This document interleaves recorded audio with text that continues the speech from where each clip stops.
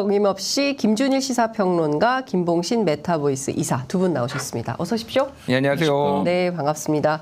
총선이 D-22, 22일밖에 안 남았습니다. 여러 가지 악재들이 마구 터지고 있는데요. 그 중에서도 사실은 용산발, 이종섭 전 국방부 장관, 그다음에 황상무 수석 두 사람의 이슈가 굉장히 크게 걸려 있는 것 같은데 실제 여론에도 어떻게 반영되고 있는지 좀 살펴보도록 하겠습니다. 리얼미터 조사가 나왔는데요. 이거 한번 쭉 볼까요? 일단 대통령 국정수행 평가가 긍정이 떨어지고 부정이 올라갔네요. 그리고 이제 정당 지지율 조금 이따 보겠는데 일단 대통령 지지율이 계속 40%대를 유지하다가 다시 38.6으로 하락했습니다. 김봉신 이사께서 어떻게 분석하세요? 예. 이건 묘하네. 오차범위 안에 있는 것 같고요. 변동 네. 자체는. 예, 그런데 이제 지난 그 전 고점이 41.9가 그 전 대비해 가지고는 사실 상승세라고 볼 수가 있었습니다. 그런데 지금은 상승세가 꺾이고 그럼 하락 반전을 한 거는 맞다. 근데 이게 하락인지 횡보인지는 조금 더 지켜봐야 될 것 같고요. 그런데 이제 시기로 따지면은 딱 이때가 정당 지지도뿐만 아니라 그 대통령 국정수행 평가 이런 것들이 2월 5주를 고점으로 해서 계속 빠지고 있는 거는 어느 여론조사나 비슷한 흐름으로 나타나고 있다. 이렇게 봐서요. 네. 국민의힘의 내부 컨벤션 및 의대 정원 확대와 관련된 그런 어떤 중도 성향자들의 어떤 일부 쏠림이 있었죠. 정부 네. 여당의 어떤 그 확대하자라는 주장에. 그런데 그 프리미엄이 완전히 빠지고 지금 그게 오히려 역효과로 돌아서지 않았느냐 요구하고요. 국민의힘의 공천 과정의 갈등이 더불어민주당이 언론에는 많이 나오긴 했었는데 네. 사실은 면면을 들여다보면 국민의힘 공천도 크게 다르지 않다라는 평가입니다. 거기다가 방금 말씀 주신 여러 가지 악재가 지금 겹치고 있어서 네. 이종섭 뭡니까 호주 대사 문제, 황상무 거는 아직은 반영이 되지 않은 것 같은데 이게 반영되면 더 빠질 수 있죠. 더 빠질 수 있다. 더 빠질 수 있죠. 예. 굉장히 그 발언만을 보면 아침 뉴스에서부터 저녁 뉴스까지 예. 되게 공직자가 그것도 대통령실에서 언론인을 상대로 이런 말을 한다라는 거는 너무 많은 국민분들이 지금 실망하고 충격을 받으셨을 것 같고요. 네. 그런 의미에서 지금은 2월 동안에 그 어떤 상승세 이게 정부 여당 입장에선 지금은 완전히 사라졌다. 네. 이렇게 볼 수 있겠습니다. 어떻게 보세요? 그러니까 이게 좀 이제 의미가 있는 게 네. 그 가장 갤럽 기준 리얼미터 기준으로 지금 20% 포인트가 다시 나요. 사실 19.8%지만 어쨌든 20% 포인트인데 이게 아까 전에 얘기했듯이 2월 둘째 주부터 그 안쪽으로 들어왔거든요. 그래서 네. 15% 포인트로 이제 들어왔었다가 다시 이제 벌어진 겁니다. 가장 최근의 갤럽 조사도 마찬가지예요. 네. 36대 57이니까 여기도 21% 포인트가 난다. 이게 그러니까 우리 김봉신 존경하는 김봉신 이사님도 전문가고 여러 전문가들이 얘기하는 게 뭐냐면은 대통령 긍부정의 이 격차가 네. 20% 포인트가 난다라는 거는 매우 강력한 정권 심판론이 작용을 이제 한다라는 거. 이게 안쪽으로 들어오면은 예를 들면 이런 거예요. 2020년 그 총선 때 네. 좀 시기마다 좀 다르지만은 대충 45대 49 정도 됐습니다. 문재인 대통령에 대한 긍정이 45, 부정이 49 하다가 이게 이제 나중에 코로나가 터지면서 쫙 긍정이 올라가는 이게 있었거든요. 네. 그러니까 지금 상황에서는 대통령 리스크가 가장 크다라고 볼 수밖에 없고 그게 이제 아까 전에 말씀하셨듯이 이종섭 그리고 이제 황상무. 사실은 황상무는 제가 보기에는 아주 결정적이진 않아요. 이종섭이 워낙 크기 때문에 네. 제가 지난주에 이제 폴리뉴스에서 하는 토론회 가가지고 네. 이번 총선에서의 가장 결정적 장면은 이종섭 런종섭 이제 이걸로 이제 잡았거든요. 네. 정말로 이게 심대한 악영향을 줬다. 그래서 약간 쉽게 얘기하면은 판 뒤집혔다. 이 정도로 볼 수 있을 것 같아요. 그러니까 예. 런종섭 사태로 판이 뒤집혔다. 국힘의 상승세와 대통령의 어떤 긍정평가 상승세가 완전히 꺾여버리고 지금 야권이 굉장히 완벽하게 우세로 돌아서는데 결정적인 장면이었다. 결정타다. 예. 자, 정당 지지율도 같이 보겠습니다. 리얼미터 조사인데요. 국민의힘하고 더불어민주당 지지율 추이를 볼 수 있는 조사인데 말씀해주신 그대로 국민의힘 지지율이 37.9 그리고 민주당이 40.8 이렇게 상승했습니다. 이것도 오차범위 안에 있다고 봐야 될까요, 김봉신 이사님? 예, 오차범위 내에서 횡보이긴 합니다. 네.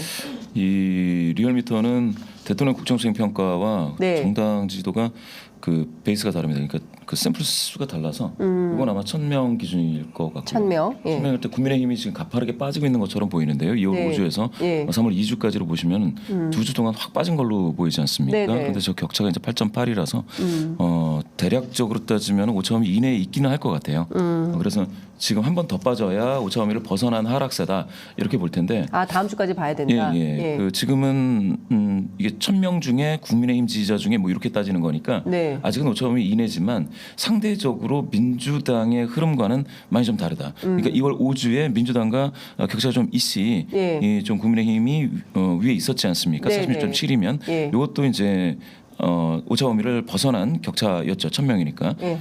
격차였는데 그런데 지금은 붙었고 그리고 5.5미 이내이기는 하지만 네. 민주당이 오히려 수치로만 보면 나은 것처럼 보이니 많은 분들은 국민의힘이 지금 빠지고 있는 상황이구나라는 것을 아실 수가 있겠고요. 다른 여러 지표를 보더라도 국민의힘이 지금은 되게 2월에 얻었던 거를 그냥 다 잃고 있다. 라고 해도 이상하지 않을 정도가 됐습니다. 민주당도 사실은 떨어지는 추세이긴 합니다. 그러니까 43.1에서 40.8로 떨어졌기 때문에 국민의힘, 민주, 양당 공이 조금 하락 추세를 보이고 있다 이렇게 분석해 볼 수도 있을 것 같아요. 그러니까 저 그래프가 사실은 네. 대한민국 정치가 얼마나 역동적인지를 보여주게 한 달 조금 넘는 기간인데 그러니까요. 이렇게 지금 정당 지지율이 요동치고 있다. 그러니까 네. 진짜로 휘발성 이슈에 대한민국의 정치가 되게 그러니까 유권자들의 마음이 되게 민감하다라는 거고 지금 민주당도 여러 논란들 막말들 뭐 정봉주 이제 사퇴했지만은 네. 공천이 이제 취소됐지만 뭐 이런 것도 돼서 지금 최근에 양문석까지 이제 여러 가지 안 좋은 것들이 있는데 거기에 비하면은 국힘은 네. 완전히 뭐 벼랑 끝에서 지금 46.7에서 37.9로 거의 이제 고점에서 대비 8% 이상 포인트 이상 이제 빠진 거잖아요. 네. 그러니까 저 때가 사실 게 어차피 지지율의 총합은 100%인 거고 2월 다섯째 주는 민주당의 어떤 실책들, 네. 공천 잡음들이 굉장히 극대화됐던 때고 지금은 이제 전체적으로 보면은 국민의힘에서의 공천 잡음들이 이제 도태우라든지 장해찬이라든지 그의 이후에 뭐 장해찬 다시 무소속 출마하네 뭐 누구 그리고 지금 굉장히 국힘에 안 좋은 게 뭐냐면은 이제 소위 말하는 윤한 갈등 2라운드가 지금 이어지고 그렇죠. 있거든요. 예. 이게 2016년에 그 박근혜, 김무성 갈등을 연상시킨다라는 이제 얘기들이 많아요. 네. 국민의힘 분들 얘기 몇 명 얘기 들어보면은 근심이 굉장히 걱정이 이만저만이 아니야 진짜. 예. 되게 지금 걱정 많이 하더라고요. 윤한 갈등 2라운드. 윤한 갈등인데 예. 이 윤석열 대통령 쪽 이제 용산 쪽 얘기를 들어보면은 네. 굉장히 경로하셨다. 이분은 왜 맨날 경로하는지 모르겠어. 맨날 경로하는데 또 경로했대. 예. 한동훈한테 경로를 했다라는 거야. 예. 일단은 공천을 몇 명 예. 이게 본인이 좀 원하는 사람들이 비례에 넣어야 되는데 이거가 하나도 반영이 안 됐고 네. 어디 감히 인사권에 대해서 왈가왈부해 이종섭, 황상무를 니들이 뭔데 인사 이게 감히. 예.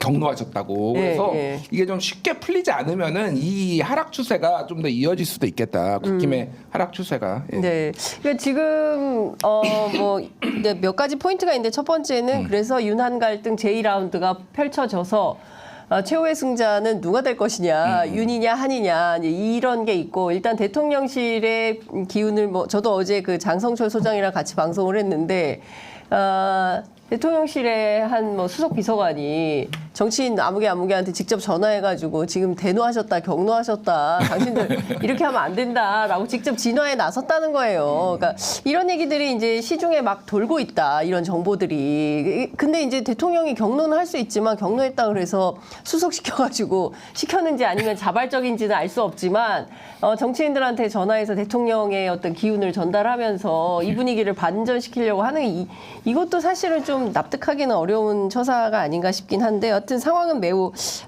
심각하게 돌아가고 있다. 그리고 또 하나는 선거 상황이 매우 국민의힘에게 불리하거나 나쁘게 돌아가고 있다. 그런데 그 이슈는 대체로 대통령실 말이다. 그렇죠? 예. 그러니까 원인이 어디 있냐? 대통령에게 있는 거 아니냐? 왜냐하면 런종섭 사태는 이건 진짜 심각한 것 같고 오늘 아침 라디오에 그 김경진 후보 그 동대문 출마하는 후보가 라디오에 이제 출연을 했는데 분위기가 매우 나쁘다, 안 좋다라는 정도로 아주 이제 그 순화해서 얘기를 했지만 뭐하냐 지금 이종석 빨리 귀국시켜라. 빨리 귀국시켜서 대기시켜라. 막 이런 얘기를 시민들이 막 하고 있다는 거예요. 그러니까 그런 정도로 이게 상당한 선거의 악재로 작용을 하고 있는 것 같다. 어제 그제 네. 김은혜, 이용이가 똑같이 얘기를 했어요. 이종섭은 귀국시키고 황상무는 잘라라. 그러니까 이용은 옛날에 뭐 호위무사 뭐 이런 얘기하면서 약간 본인이 친윤 뭐 욕심을 맞습니다. 얘기하는 사람처럼 예. 했는데 하남 가보니까 급한 거지 여기도. 일단 선거가 아니까. 김은혜 전 홍보수석은 네. 같은 수석끼리 이러면 안 되지 사실은.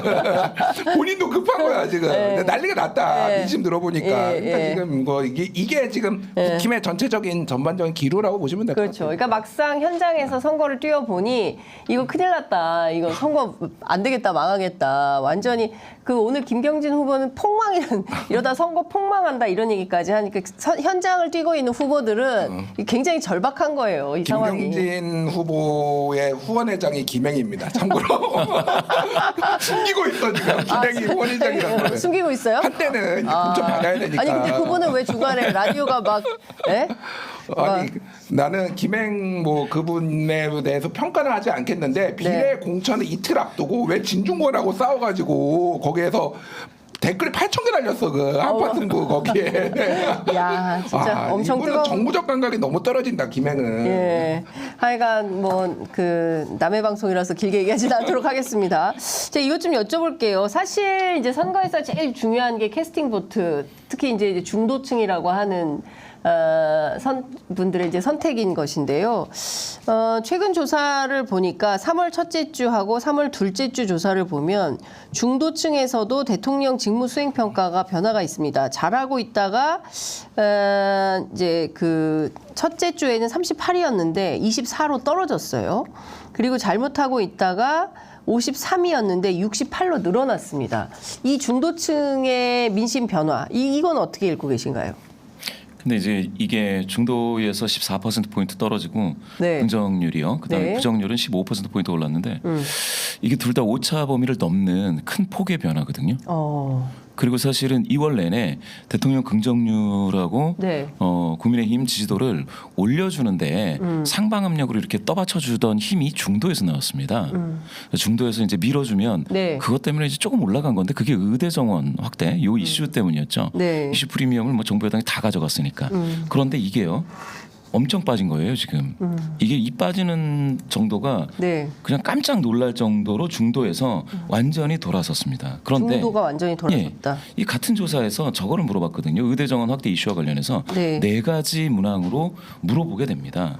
이 갤럽 조사인데요. 네. 갤럽 조사에서 물었는데 다른 거에 대해서는 보수 중도 진보 그러니까 이념적인 어떤 그런 프레임에 따라서 응답이 많이 그 쏠림 현상이 바뀌지가 않아요. 그러니까 가령 내 진료 차질 가능하다라는 거에 대한 응답 비율이 57%가 전체적으로 57%가 그랬는데 보수에서 56, 중도에서 59, 진보에서 61이니까 별 차이가 없습니다. 네. 그러니까 이런 위기감, 의료 대란이 나면 어쩌나 하는 위기감은 진보, 중도, 보수의 차이가 없는데요. 딱 하나 차이가 있습니다. 네 문항 중에.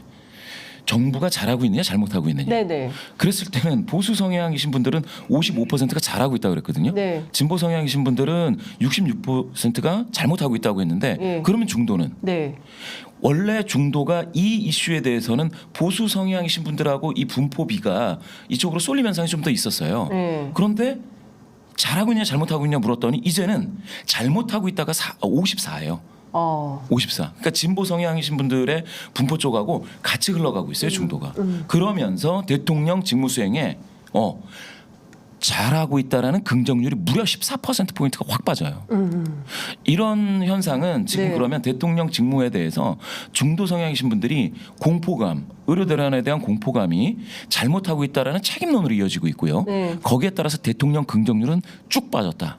그게 아주 치명적인 거죠. 네. 예, 이렇게 분석할 수 있습니다. 그러니까 이런 거죠. 그러니까 처음에 그 의대 정원 확대한다고 했을 때 굉장히 찬성 여론이 높았던 거예요. 그렇죠. 그리고 문재인 정부에서 하지 못했던 것을 그래도 검사 출신인 윤석열 대통령은 하는 모양이다. 그리고 통크게 2,000명이라고 했고 사실 의사들에 대해서 갖고 있는 기본적인 태도는 기득권층이다. 저 사람들 환자 돌봐야 되는데 어디 환자 떠나서 병원을 이탈하느냐에 대한 부정적 평가가 굉장히 많았는데 문제는 대통령으로서 정부로서 해야 될 중요한 게 문제 해결 능력이거든요.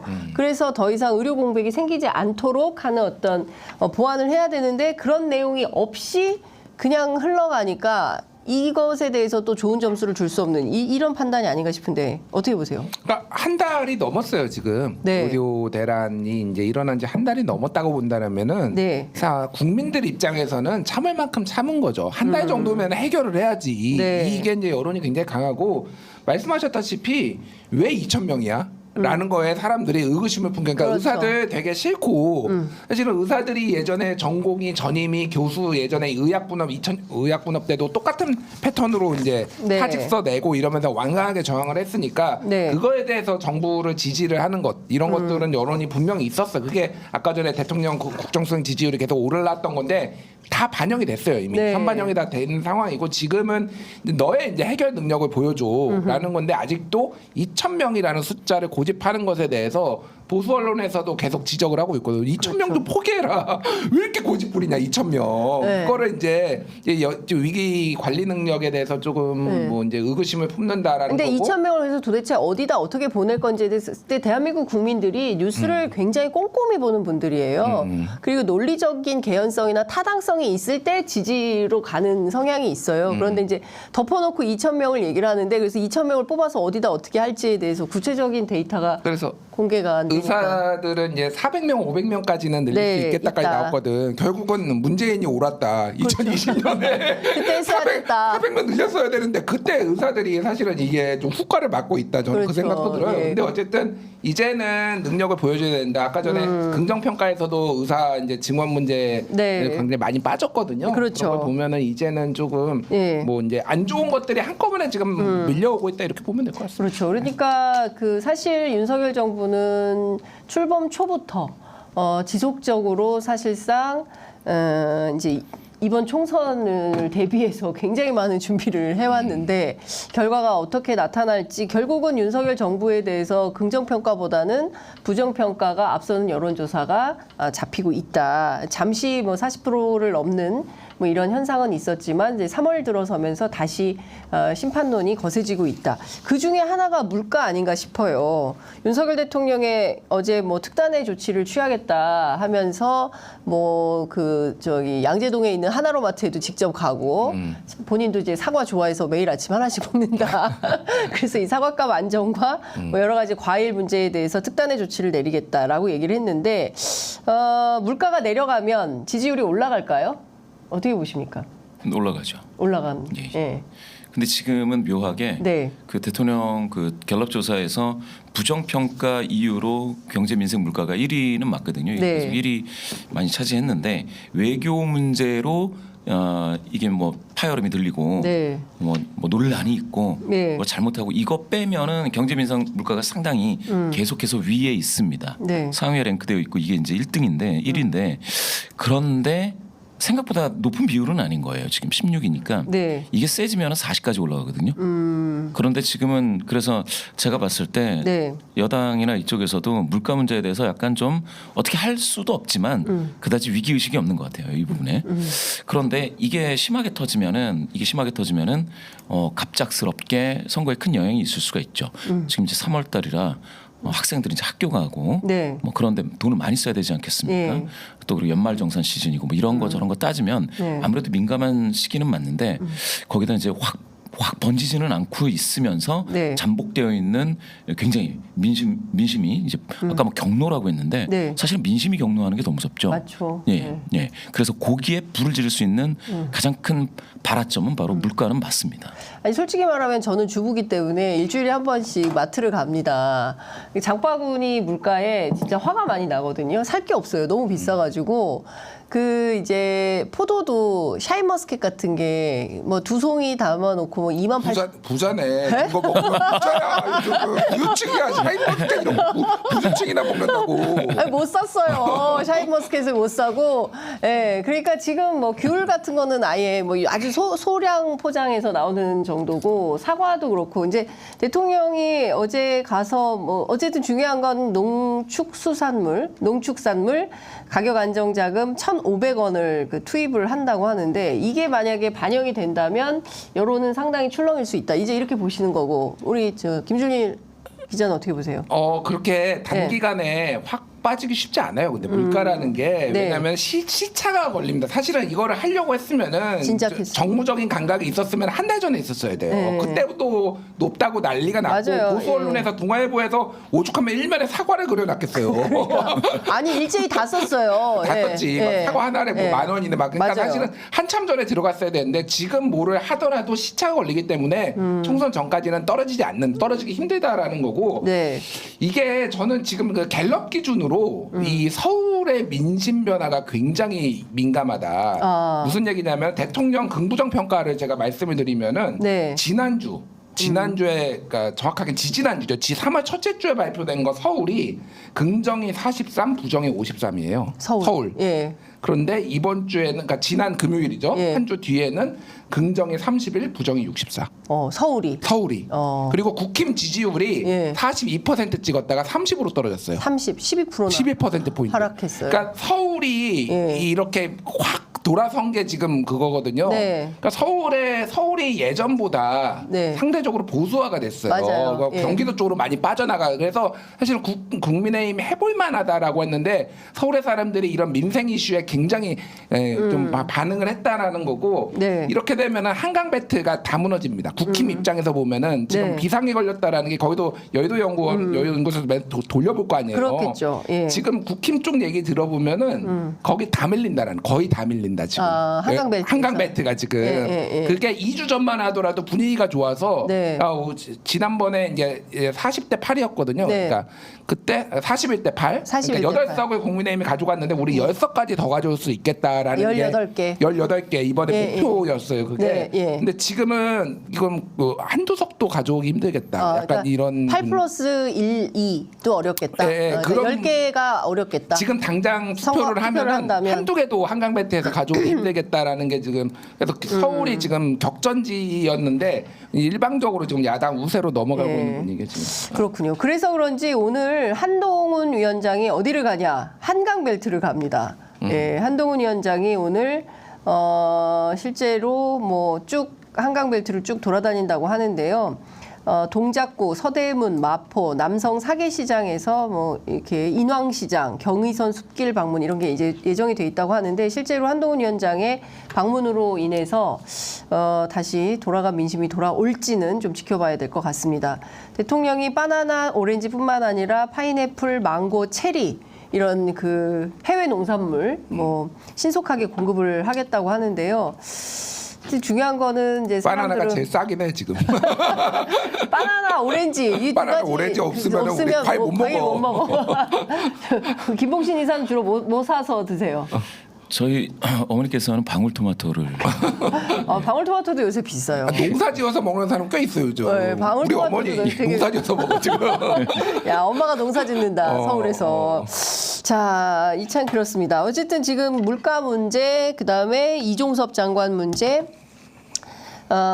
그리고 황상무 수석 문제, 이 세 가지 악재를 어떻게 대통령실이 해결할지 좀 지켜보도록 하고요. 민주당 얘기 좀 해보겠습니다. 민주당은 한병도 전략본부장이 어떤 얘기를 했냐면 지역구에서 130에서 140 정도의 승리가 판단된다. 이제 기자회견을 통해서 밝혔고요. 비례위성정당인 더불어민주연합 같은 경우에는 13석 플러스 알파가 될 거다라고 전망을 했습니다. 대체로 맞는 분석입니까, 김봉신 이사님? 예. 그런데 지역구는 더 얻을 수 있을 것 같고요. 더 여기서 예. 근데 비례는 더 빠질 수도 있을 것 같고요. 13석 플러스 알파가 아니고 마이너스 알파가 될 수도. 네.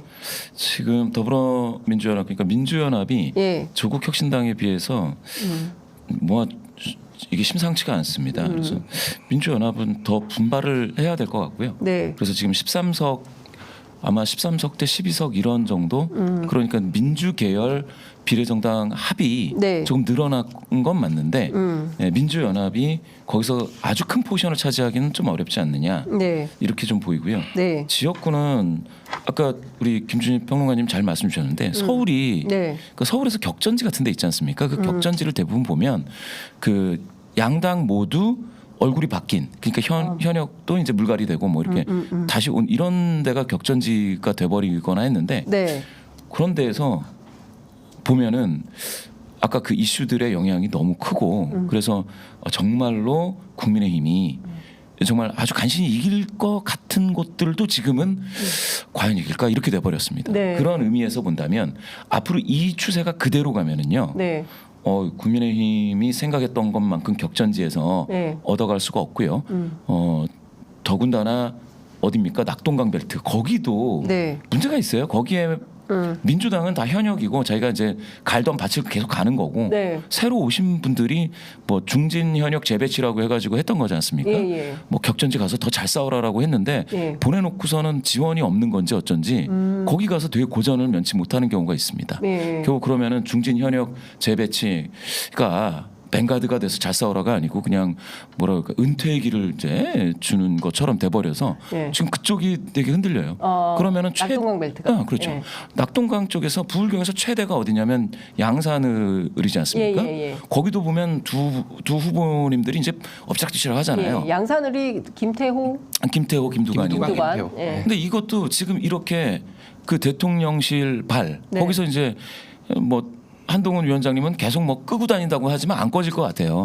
왜냐하면 경로하신 쪽에서 거기서 네. 발화 지점이 거긴데 네. 딴 데서 이렇게 잔불 꺼봤자 이게 되겠느냐는 거죠.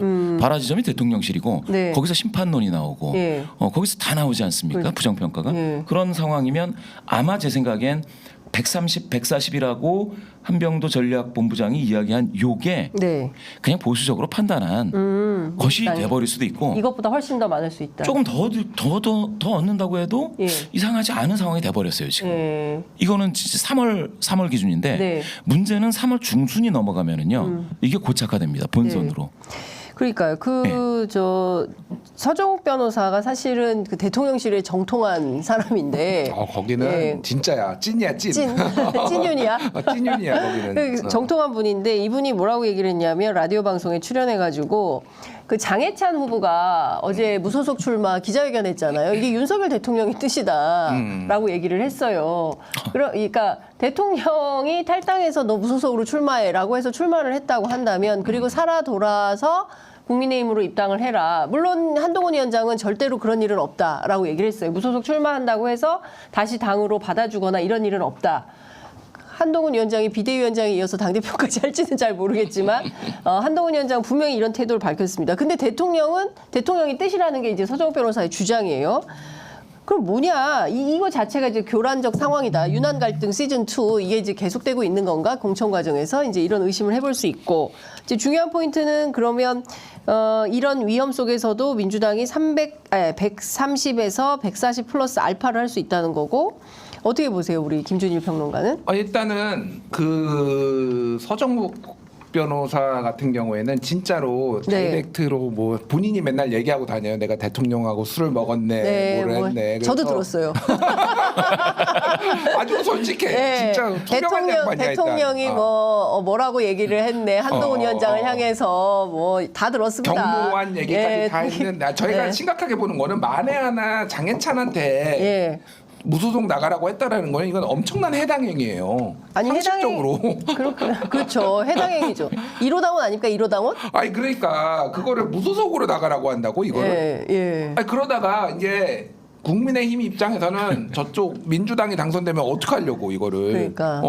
민주당이 어부지리로 민주당이 될 수도 있는 거 아니에요? 삼자구도에서 보수 분열돼서 어부지리로. 근데 예. 장해찬이 그 수형이 어떤 데냐면은 네. 우리나라 서울로 따지면은 압구 정동. 그러니까 이 구강남과 신강남이 서울이 다르죠. 압구정이 네네. 구강남, 도곡동이 신강남이잖아요. 예, 예. 해운대가 도곡동 같은 데고 아. 여기는 압구정동 같은 데예요. 구강남. 그래서 구강남. 그래서 네. 약간의 보수세가 매우 강한데 여기가 옛날에 그 18대 국회의원 때 박형준이 예. 한나라당 나왔는데 그때 예. 친박연대 유재중이 나와서 이겼어요. 오, 친박연대 유재중이. 친박연대가. 그러니까 약간의 그 강한 보수세가 있는 있는 데니까 동네구나. 이제 장해찬이 그걸 믿고 나온 건데 그때는 박근혜가 인기가 있었잖아. 네. 윤석열은 인기가 없다고. 장해찬은 더 인기가 없다고. 예. 20대 30대에서 장해찬 좋아하는 사람들 한 명도 못 만나봤어. 아니 근데 너무 그 발언의 수위가 너무 높잖아요, 사실은. 그러니까 그래서 예. 장해찬에게 당선될 가능성이 높지 않다라고 보고 예. 전체적으로 보면은 아까 얘기했듯이 그 낙동강 벨트 같은 경우에는 네.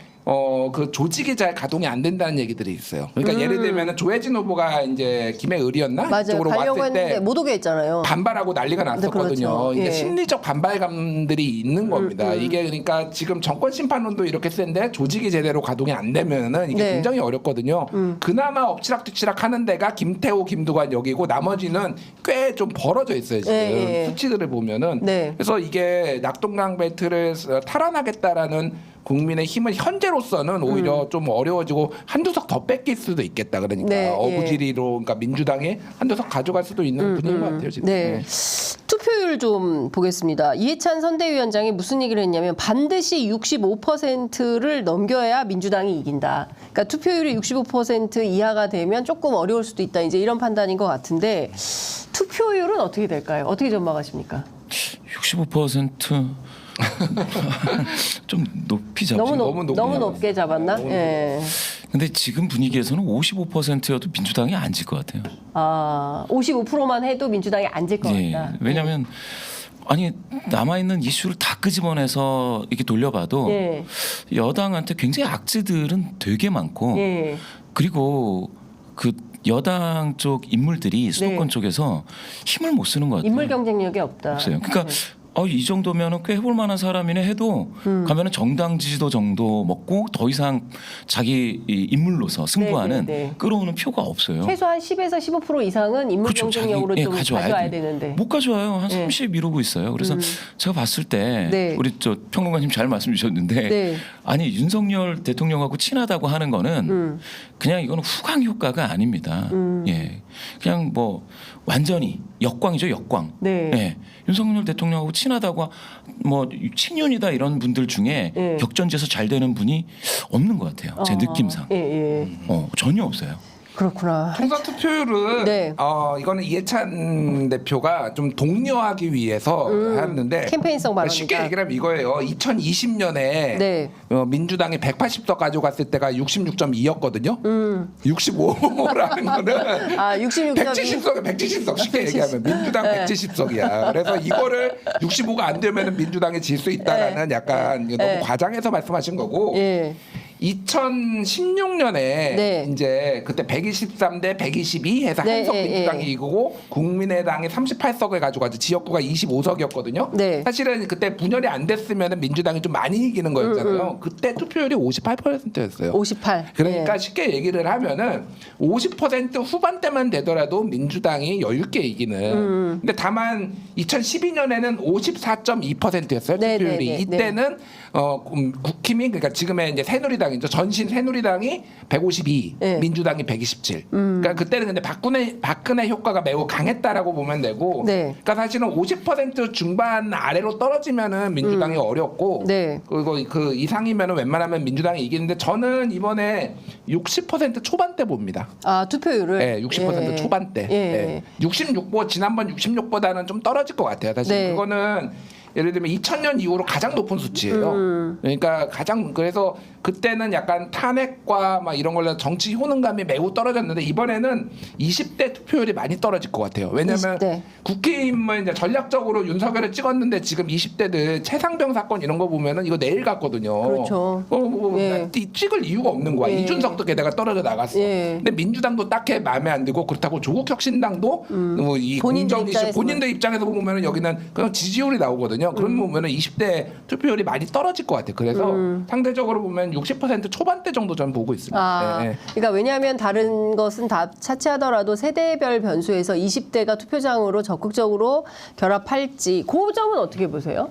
예. 20대 투표율? 20대 투표율이 예. 지금은 미결정자가 많은데 예. 미결정자들이 투표장에 나서지 않는 확률은 상당히 높죠. 그래서 그거는 아마 봐야 되는데 네. 20대에서는 민주당 지지도가 좀 높은 편입니다. 조국 혁신당은 좀 낮고 네.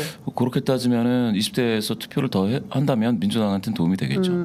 그런데 지금 높게 형성되기는 어려울 것 같고요. 네. 아까 60% 초반대 말씀하신 거는 그럴 수 있는데 그게 만약에 조국 혁신당에 의해서 나오는 투표자라고 한다면 네. 예전에는 지역구 찍고 그 비례는 아예 그냥 투표를 안 해버리는 분들도 있었는데 네. 이제는 조국 혁신당 때문에 만약에 투표소에 간다면 비례는 찍고 이게 지역은- 지역구가 문제죠. 지역구를 아예 안 찍는다라고 하면 네. 투표율과 그러니까 득표가 묘하게 불일치하는 그런 상황도 있을 수가 있죠. 아예 이런 사람들도 있을까요? 비례만 찍고 지역은 안 찍어버리는 경우. 그게 바로 그런 문제가 현상이 있을 수가 생길까요? 있죠. 저는 그거는 많지 않다고 봐요. 사실은 이제 지민비조 신장식 변호사가 얘기를 하면서 네. 이게 우리 비례를 찍으러 나와서 민주당한테도 도움이 된다라고 처음에 얘기했을 때는 네. 약간의 정치적 수사 레토릭 우리를 많이 찍어주세요. 근데 저는 그게 현실화될 가능성이 상당히 네, 높아졌다라는 예. 거예요. 민주당에 대해서 지금 불만족스러운 사람들이 여러 부류가 있는데 제가 이제 개인적인 얘기인데 네. 제가 주말에 이제 캠핑을 갔다 왔어요.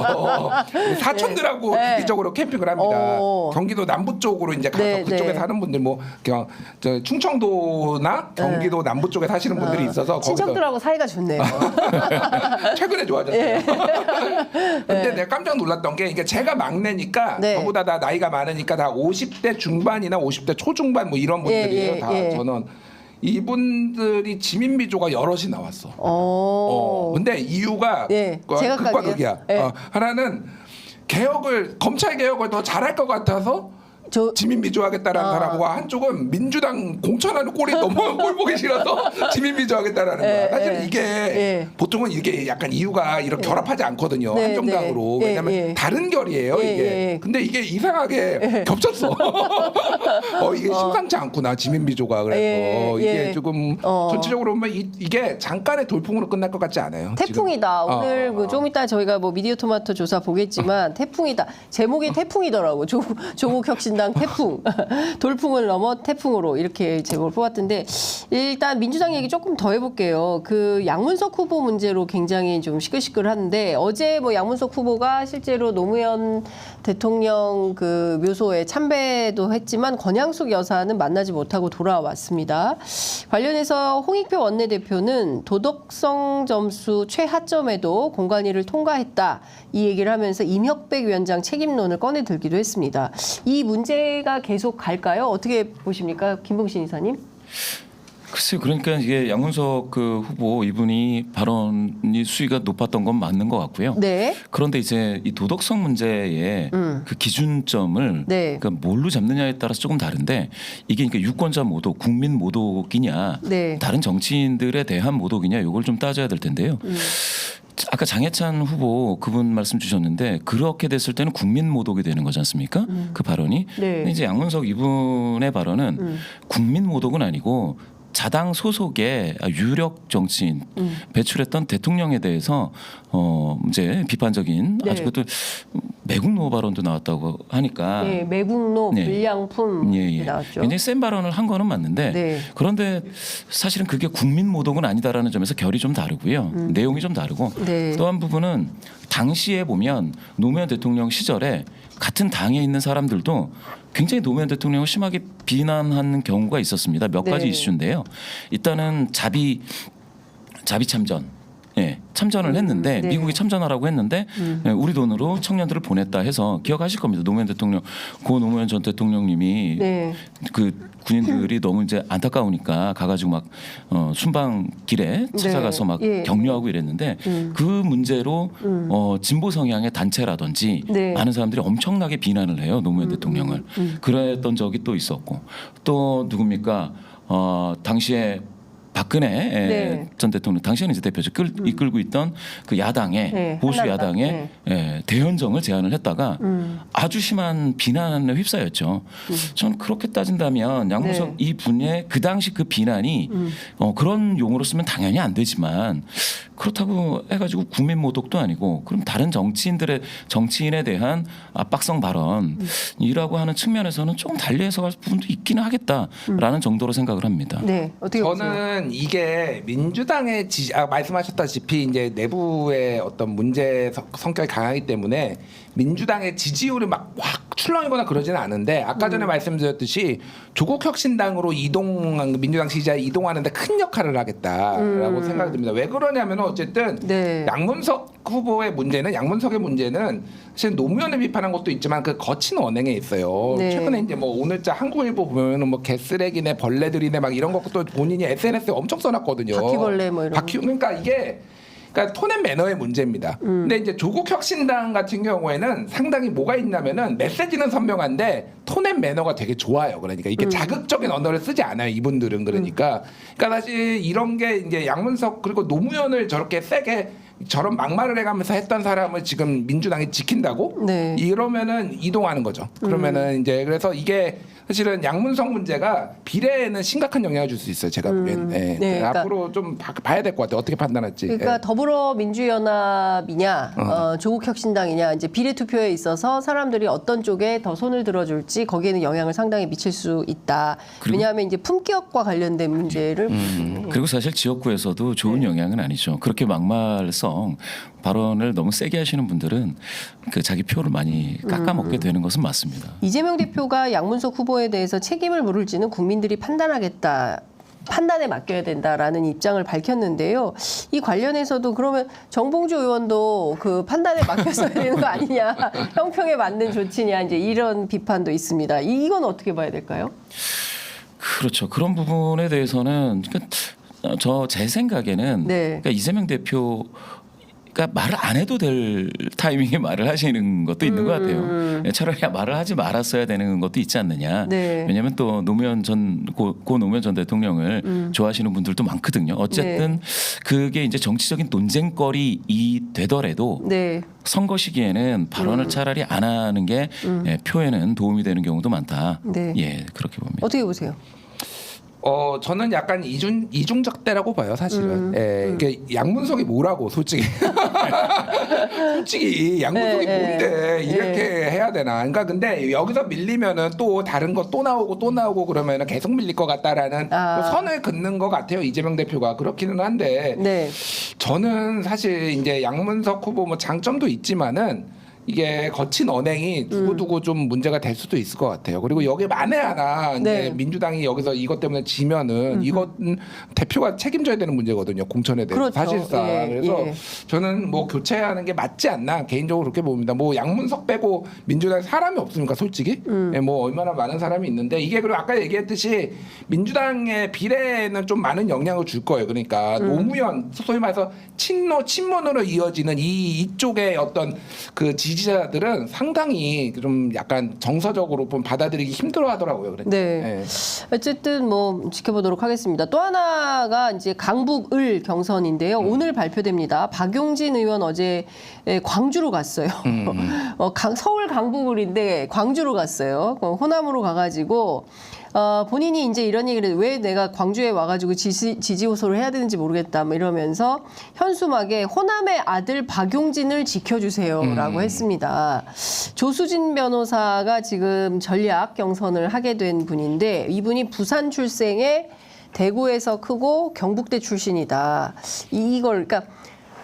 참 다시 또 이제 지역주의로 뭐 이제 호남표를 모아서 해보겠다 이런 건가라는 생각이 좀 들기도 하는데 민주당의 이 강북을 경선이 굉장히 뜨거운 지역이 되긴 했습니다. 그러니까 이거 어떻게 이거는 보세요? 제가 설명을 좀 드릴게요. 네. 약간의 호남이 살짝 지금 흔들리고 있어요. 그러니까 호남이. 정권은 심판을 해야 된다라는 명분에 있어서는 흔들리지 않아요. 네. 그거는 그런데 예를 들면 이런 겁니다. 임종석, 전남 장흥, 전해철, 전남 목포, 박용진, 전북 장수, 홍영표, 전북 고창. 네. 근데 여기를 뭐 채운 사람이 전현희, 경남 통영, 양문석, 경남 통영, 조수진, 부산 이런 거예요. 그러니까 호남은 이런 거 민감하거든요, 사실은. 그러니까 호남에 뭐가 됐든 호남 뭐 그게 이제 비명이 됐든 뭐가 됐든 호남 출신들이 너무 많이 잘려 나가는 거예요. 그러니까 여기에. 진짜 국민의 미래도 호남 출신이 다 후순위로 밀려서 그것도 문제가 되고 있지 않습니까? 예. 근데 이런 정서를 이제 캐치를 한 거죠. 그러니까 그래서 지금 이계호 의원 같은 경우에도 지금 당에서 받았지만은 무소속하고 거의 경합 중이거든요. 막 네. 이런 분위기가 있어요. 그리고 이번이 전국 투표라는 거 아니에요, 지금. 네. 70%대 30%죠. 전국이 70, 그러다 지역이 보니까 30. 예. 이제 호남에서 많이 이런 정서를 좀 어떻게 보면 지역주의를 조금 이용하는 거 아니냐 뭐 이런 네. 비판도 있지만은 박용진 입장에서는 좀 절박하다라는 거고 또 하나 말씀드리면은 서대문 갑 있잖아요. 네. 그러니까 지금 서울에 있는 호남 향후회가 조금 흔들리고 있어요. 무슨 얘기냐면 예를 들면 서대문 갑과 이용호 의원이 나왔잖아요. 네, 예. 거기가 호남 출신이잖아요. 네. 상대 후보가 김동아 변호사인가? 네. 그분은 하여간 아니에요. 호남이 아니에요. 네. 지역은 잘 모르겠지만 하여간 그분이 이제 떨어졌다가 다시 패자부활 비슷하게 호남이 올라가고. 아닐 거예요. 네. 제가 알기로. 그래서 서대문 갑 쪽의 얘기를 들어보면은 호남 향후회가 되게 어디를 이번에 지지를 해야 될지. 그게 중요하나? 그럼 되게 중요하죠. 예. 그러니까 이게 호남은 전통적으로 민주당 쪽을 지지를 했는데 이번에 약간의 그런 이제 미묘한 기류들이 있다라는 거예요. 그래서 이게 좀 변수가 될 수도 있어요. 이런 격전지에서는 예. 약간 그러니까 출향민들, 그러니까 출향 호남 출신들이 그러니까 예컨대 수도권 지역에서 어느 쪽에 표를 몰아줄 건지 서대문 갑구 같은 경우에는 그 이용호 의원이 이제 그 호남 출신이고 김동아 변호사는 호남 출신이 아니기 때문에 여기서 흔들리고 있다 이런 말씀 주셨어요. 어떻게 보세요? 아니 맞는 말씀이신 것 같습니다. 미세한 판에서는 네. 호남 향후회가 굉장히 큰 영향이 있죠. 그리고 예전에 보면 2016년에 네. 국민의당이 호남 향후회에 힘을 많이 이제 등에 업고 그렇게 당선 그 뭐 비례에서 13석 얻고 이랬었는데요. 네.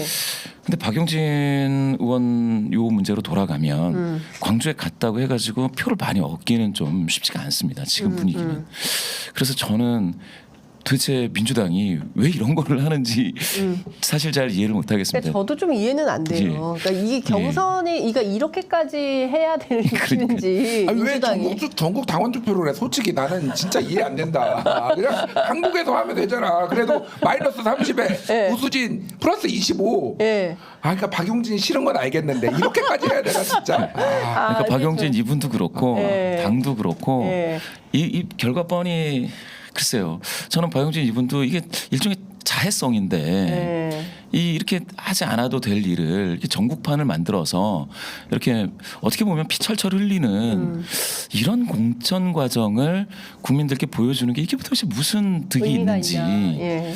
저는 이거는 당의 입장에서도 네. 민주당의 입장에서도 그리고 박용진 의원 이분도 그럼 나중에 난 그렇게 얻어 맞았으니까 이번에 살려주세요라고 나중에 다음 판을 보려고 하는 건지 도움이 안 됩니다. 이건 진짜 못 봐주겠다라는 생각까지 들 정도로 네. 예 굉장히 크게 실망스러운 공천 과정입니다. 네, 그러니까요. 저는 사실 그 지역의 강북을의 유권자들 입장에서 굉장히 불쾌한 상황이 됐다고 생각해요. 그러니까 유권자들이 알아서 판단할 수 있는데 이것을 또 그 룰을 7대 3으로 만들어 가지고 전국 당원들만 투표할 수 있도록 원래는 일반 50, 뭐 그 당원 50 이건데 그쵸. 지금은 이제 전략 경선으로 만들어서 전체 당원만 투표할 수 있고 70%가 전국에서 그리고 30%가 강북을에서 여기는 강북을의 후보를 뽑는 선거구인데 그러니까 강북을 해서 차라리 전당원 투표 100% 하든지. 네. 그래서 차라리 그게 명분이 있지. 왜 그리고 전국을 하는지. 그럼 어차피 이거는 조수진 후보에게 굉장히 유리한 거예요. 왜냐하면 여성 신인 가산점이 25%가 있고 박용진 의원은 30% 감산을 유지한다는 거잖아요. 그러면 해보나 마나 이렇게 상식적으로 판단하면 그럴 텐데 이렇게까지 논란과 상황을 만드는 이유가 뭔지 사실 잘못된 공천인 것 같다라고 김봉신 이사께서 비판해 주셨습니다. 자. 이재명 대표가 연일 수도권 유세를 하고 있는데요. 어제는 마포에 가서 우군보다 아군이 많아야 한다라고 발언을 했습니다. 누구를 견제한 발언일까요? 뭐 조국이죠. 조국입니다. 아니 근데 제가 얘기했잖아요. 네. 여기서도 얘기를 했는데 막판 되면 더불어민주연합 이제 네. 지지율 급해가지고 이제 견제 들어갈 거라고. 네. 어제 이게 이제 네. 우구는 이제 뭐 조국혁신당이고 아구는 이제 더불어민주연합, 더불어민주당 본진을 얘기하는 거니까. 네. 그리고 또 하나가 있는 게 지금 민주당 선대위에서 다른 정당 지원하는 사람은 중징계하겠다. 이거 싹 돌렸어요 지금. 아 정말요? 예. 이게 뭐 다른 당연한 거죠. 사실 민주당인데 뭐 국민의힘을 도우면은 당연히. 그 해당행위죠. 근데 문제는 예. 이게 누구를 겨냥한 거냐라고 예. 하면은 조국혁신당이다. 예, 이렇게 이제 해석이 되는 거예요. 그러니까 네. 민주당 급해졌다. 왜 그러냐면은 아까 전에 13% 그러니까 13석 더불어 위성정당으로 더불어민주연합으로 13석 지금 한병도 전력본부장 얘기했잖아요. 네. 13석이 나오려면은 네. 25%가 정당 지지율이 넘어야 돼요. 더불어민주연합 정당 지지율이 25%가 넘어야 돼요. 아 지지율이. 예, 근데 예. 지금 간당간당한 거 아닌가요? 지금 여론조사들 보면은 예. 안 나올 수도 있을 것 같아요. 25%가. 특히 이제 ARS 조사 이제 그 리얼미터 같은 경우에는 26.8% 나왔거든요. 저 더불어민주연합이 그리고 네. 아니 저 조국혁신당이 네. 더불어민주연합은 18%. 네. 지금 저게 보시는 게 리얼미터 조사입니다. 저거는 9석이에요. 9석. 더불어민주연합 9석입니다. 그러면 네. 10명도 안 되는 거예요. 이게 만약에 현실화되면은 네. 난리가 날 거다. 그러니까 막판 될수록 더 이재명 대표나 막 다들 이제 민주당 쪽에서는 네. 더 이제 세게 조국혁신당 견제에 들어갈 수밖에 없는 상황이에요 지금. 지금 실제로 보면 이거 뉴스토마토 조사도 같이 보면 좋을 것 같아요. 오늘 나온 뉴스토마토 조사인데 이게 비례정당 어떻게 찍을 거냐라고 물어봤을 때 16일, 17일 양일간 조사하고 1,023명 조사인데 국민의 미래 31.7, 조국혁신당이 29.4, 아니. 더불어민주연합이 18%, 개혁신당 5.5, 새로운 미래 4.2 이렇게 나왔습니다. 오차 범위 내에서 지금 국민의 미래랑 싸우고 있어 조국혁신당이. 예. 그러니까 사실상 이거 어떻게 보세요? 김봉신 이사님께서 분석을 해주시죠. 그러니까 이 조국혁신당이 태풍이다. 그건 맞는 것 같은데요. 네. 이 얘기하기 전에 사실 저는 조국 전 혁신당? 장관이 네.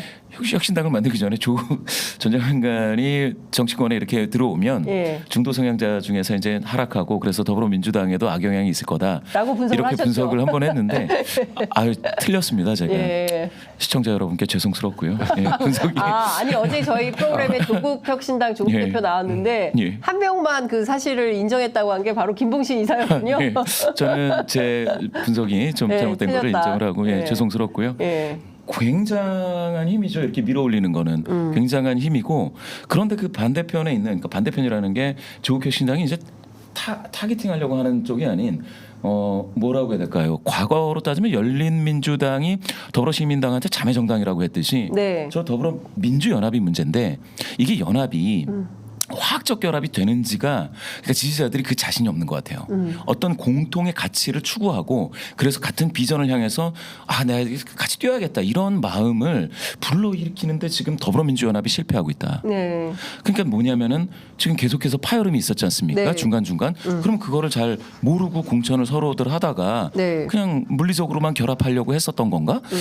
그런 건가라는 생각이 들어서 이 지지하시는 분들이 좀 서운하고 약간 좀 확실히 내가 지지해야겠다 이런 마음이 확 안 가는 거예요. 그 상황에서 조국혁신당은 뭐 신장식 발언 네. 또 이런 것들도 있고 하니까 그 신장식 효과로 계속 또 뜨고 그러면서 계속 뜨고 있는 거예요 지금. 그래서 제가 아까 말씀드린 거는 원래는 한 22석으로 전문가들이 분석을 했습니다. 네. 민주당 계열 비례가 최대 22석까지 갈 수 있겠다 싶은데 지금 25석까지도 가능하며 그 비율로 봤을 땐 반분이었습니다. 반분. 예. 그런데 이제는 조국혁신당이 몇 석을 더 먹어도 이상하지 않겠다라고 되고요. 그런데 여기서 네. 아까 말씀드리는데 지민 비조 있지 않습니까? 네. 그걸 조국혁신당이 외쳤는데 가령 본선에서 뜨거워지면서 막판에 더불어민주당이 지민 비조를 외치기는 어렵거든요. 그 상황이 됐을 때 그럼 삼각구도가 깨지는 상황에서 만약에 깨지면 예전에 열린민주당이 쭉 빠졌죠. 그런데 지금은 조국혁신당이 그러면 지역구 조사에선 기권하시고 비례에서는 혁신당을 찍어주십시오라고 하는 순간 민주당이 오히려 곤란해진다는 거예요. 지금은. 네. 그럼 조국혁신당이 한참 이 부양력으로 끌어올린 전체적인 민주이 진영 내에서의 파이가 좀 커진 거 여기서의 거품을 그러면 지역구에서 빼겠다. 가스 빼겠다라고 결정을 하는 순간 오히려 민주당이 위태롭기 때문에 그러면 당은 민주연합과 조국혁신당을 놓고서는 굉장히 이게 연대인 것처럼 잘 가야 돼요. 그 관리를 할 수 있을까? 이거를 좀 보는 거죠. 그러니까 그게 굉장히 중요한 포인트인 것 같아요. 그렇죠. 그러니까 뭐냐면 조국혁신당은 노선을 바꾸진 않는 것 같아요. 그러니까 지역에서는 이제 반윤 전선을 이어가야 되고 큰 틀에서 이제 그 이준석의 그 개혁 신당까지 포괄해서 반윤 전선에서 200석을 했으면 좋겠다. 이게 뭐 꼭 그 희망을 섞어서 얘기를 하는 거죠. 그런 차원에서 반드시 이제 민주당에 대한 존중 뭐 이런 게 있어요. 근데 이제 그 태도를 바꿔서 민주당 말고 비례의원 찍읍시다라고 하면 오히려 더 올라갈 수도 있다. 이제 이런 전망을 해주셨는데 그렇게 하면 오히려 이 전선이 흐트러지고 견제가 아니라 지금은 연대에서 같이 나아갈 때다. 이런 말씀. 그 관리를 어떻게 해야 될지 정말 궁금하고요. 민주당이 어떻게 그럼요. 할지. 예전처럼 열린민주당처럼 그렇게 막 찌그러지고 할 당이 아니에요. 지금 조국혁신당이. 네, 네. 그럴 때 조국혁신당이 어떤 결심을 하는지에 따라 지역구에서 3에서 5%포인트. 네. 이거 격전지에서는 심각하거든요. 어떻게 보세요? 그래서 이제 지난번에 2020년에 열린민주당에 대한 그때 더불어민주당의 태도가 얘들 우리 자매 정당 형제 정당도 아니다라고 선긋고 절대 합당도 안 한다고 했고 막 그래서 정봉주 당시 이제 전 의원이 우리를 쓰레기 취급한다라고 울분을 토하고 막 이랬었던 일이 있거든요. 네. 예, 그렇게는 안 될 거예요. 그러니까 예. 말씀하셨다시피 여러 딜레마들이 있어서 예. 결국은 이재명 대표를 표하면서 당 지도부들이 막판이 되면 될수록 울면서 읍소 전략을 할 거예요. 일당을 내줄 수 있습니다. 네. 조국혁신당에 너무 많이 가면은 이 비례 의석을 우리가 줄어들어서 국민의힘에 일당을 내줄 수가 있으니까 이쪽으로 좀 찍어주십시오라는 읍소 전략 쪽으로 가야지 저기 찍으면은 뭐 막 이런 식으로 하면은 되게 네. 난감한 현상이 이제 네거티브 말고 포지티브 전략을 써야 된다 민주당이. 뭐 그렇게 그러니까 써야 된다라고 하는 것도 맞고 그러니까 예. 그렇게 갈 것이에요. 제가 보기에 예, 너무 세게 예. 선긋기 어렵고 예. 울면서 우리 좀 일당 좀 만들어 주세요. 국민의힘에 지금 국회의장이 넘어갈 수도 있으면 이러면서 막 그렇게 할 것 같아요. 제가 그러니까 제일 보기에. 중요한 거는 이제 국회의장을 누가 어느 당에서 하느냐 이게 굉장히 중요한데 국회의장을 하려면 한석이라도 많아야 되거든요. 민주당이. 그러니까 그런 차원에서 읍소 전략을 펼 거다. 그리고 사실은 이제 상임위에서 비교섭단체의 역할도 있거든요. 그래서 비교섭단체로서의 자기 역할을 분명히 하는 차원에서 합당은 없다라는 게 이제 조국혁신당의 입장이기 때문에 여러 가지 정치 전술을 생각해서 민주당과 또 조국혁신당이 어떤 시너지를 낼지 이걸 좀 지켜봐야 될 것 같다라는 것이고 당초에 그 2월 5일인가요? 그 이재명 대표가 광주에 가서 그 이제 그 연동형 비례제를 하겠다고 밝히면서 통합형 비례정당을 만들겠다라고 할 때 큰 차원에서 어떤 연합 정치가 벌어질 거라고 기대했는데 막상 이 정치 협상 과정에서 연합 정치가 파열음이 나고 시민사회 쪽은 다 사퇴해버리고 막 이런 상황까지 간 거죠. 그러니까 지금 참 정치는 한치 앞을 모르겠다. 하루 앞을 알 수가 없다. 이제 이런 말씀 좀 드리겠습니다. 미디어 토마토 하나 더 보겠습니다. 이재명 대표 그 윤석열 대통령의 대척점에 있는 인물 누구냐 물었더니 이재명 대표가 1위 했어요. 이재명 대표가 41.8, 조국 대표가 18.7, 이준석 대표가 6.7, 이낙연 대표가 5.9 이렇게 나왔습니다. 이거 어떻게 봐야 됩니까, 김봉신 이사님? 예. 저는 그러니까 이재명 당대표가 네. 더불어민주당의 그 부정적인 사안이 발생할 때마다 그 이미지를 다 이재명 대표 쪽으로 다 이제 마치 네. 쏟아붓고 있는 형식이지 않습니까? 네. 그렇지만 사실은 지금도 그 뭡니까 대항마 인식이라는 게 있는데요. 윤석열 대통령에 대한 대항마 인식으로 따지면 네. 이재명 대표가 가장 먼저 네. 나타나고 있고, 근데 조국 대표가 18.7인 거는 상당한 거죠. 상당한 거다. 그래도 이재명 대표의 지금에 있어서의 대항마 그 인식을 더 뛰어넘지 못하고 있다. 네. 단 하나 문제가 하나 있습니다. 어떤 문제가 이재명 있습니까? 대표한테는 윤석열 대통령한테도 자기는 대항마인데 이제는 한동훈한테도 대항마여야 되거든요. 한동훈 비대위원장. 네. 그런데 이게 이 둘 다 상대하자니 이미지상 너무 힘든 거예요. 과거에 보면 그 누굽니까 이낙연 총리 시절에 네. 대권 주자 1위 할 때 그 상대가 누구였습니까? 황교안 총리였거든요. 황교안 전 총리였죠. 그런데 윤석열 전 총장이 등장하고 나서 네. 이재명 당시 지사가 확 올라왔었습니다.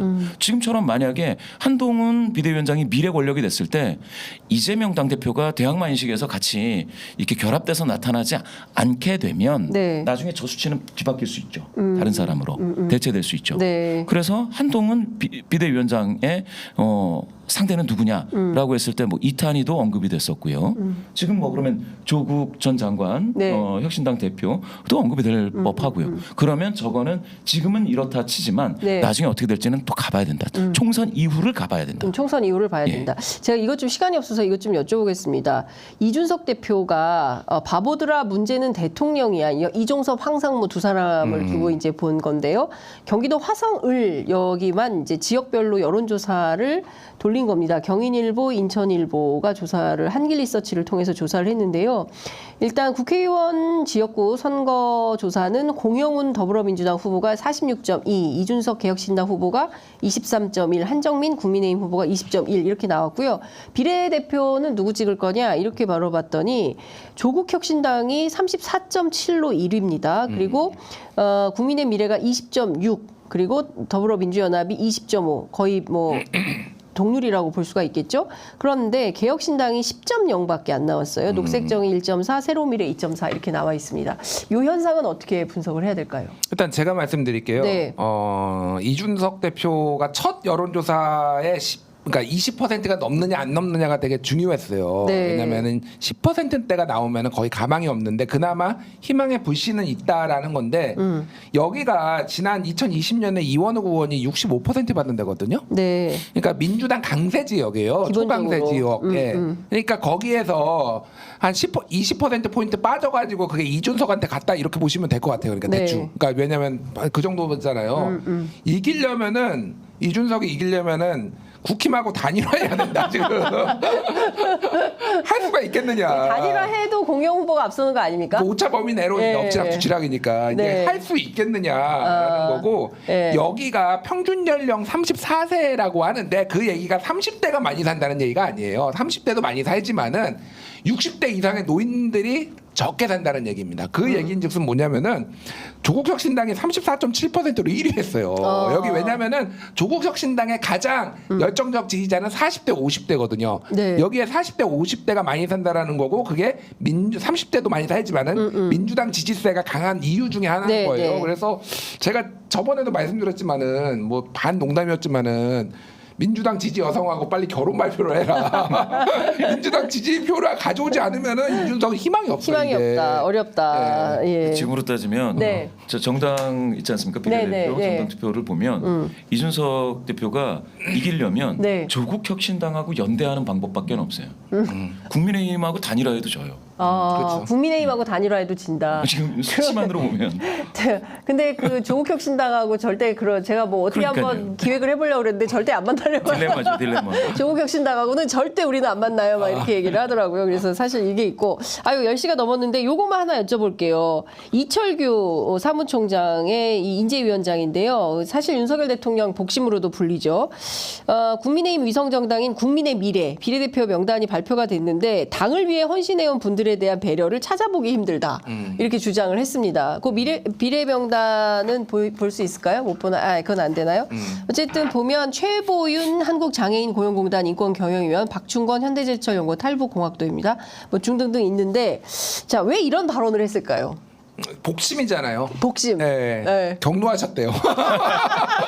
왜 이렇게 경로를 자주 하시는 거야? 진짜. 본인이 원하는 사람이 딱딱 있었는데 이름까지 말하면 좀 그렇지만 네. 어쨌든 그 저도 사람들이 이름 들었어요. 그 사람. 다 빠졌다. 네, 빠졌다. 뭐 김행 얘기도 있습니다. 네. 좀 확인은 안 되지만 네. 어쨌든 다 빠졌다라는 거에 네. 경로하셨다. 네. 여사님도 경로하셨다는 썰이 있습니다. 제가 뭐 그러니까요. 굳이 여기 압수수색 될까봐 더 깊은 얘기 못 할 것 같아요. 그러니까 큰일 압수수색 되면 예, 김준일 평론가 때문에 압수수색 오면 큰일 납니다. 예, 이거는 김준일 평론가 개인 의견으로 하겠습니다. 자, 오늘도 재밌게 분석 잘 들어봤습니다. 다음 주에 또 뵙겠습니다. 고맙습니다. 네, 감사합니다. 감사합니다.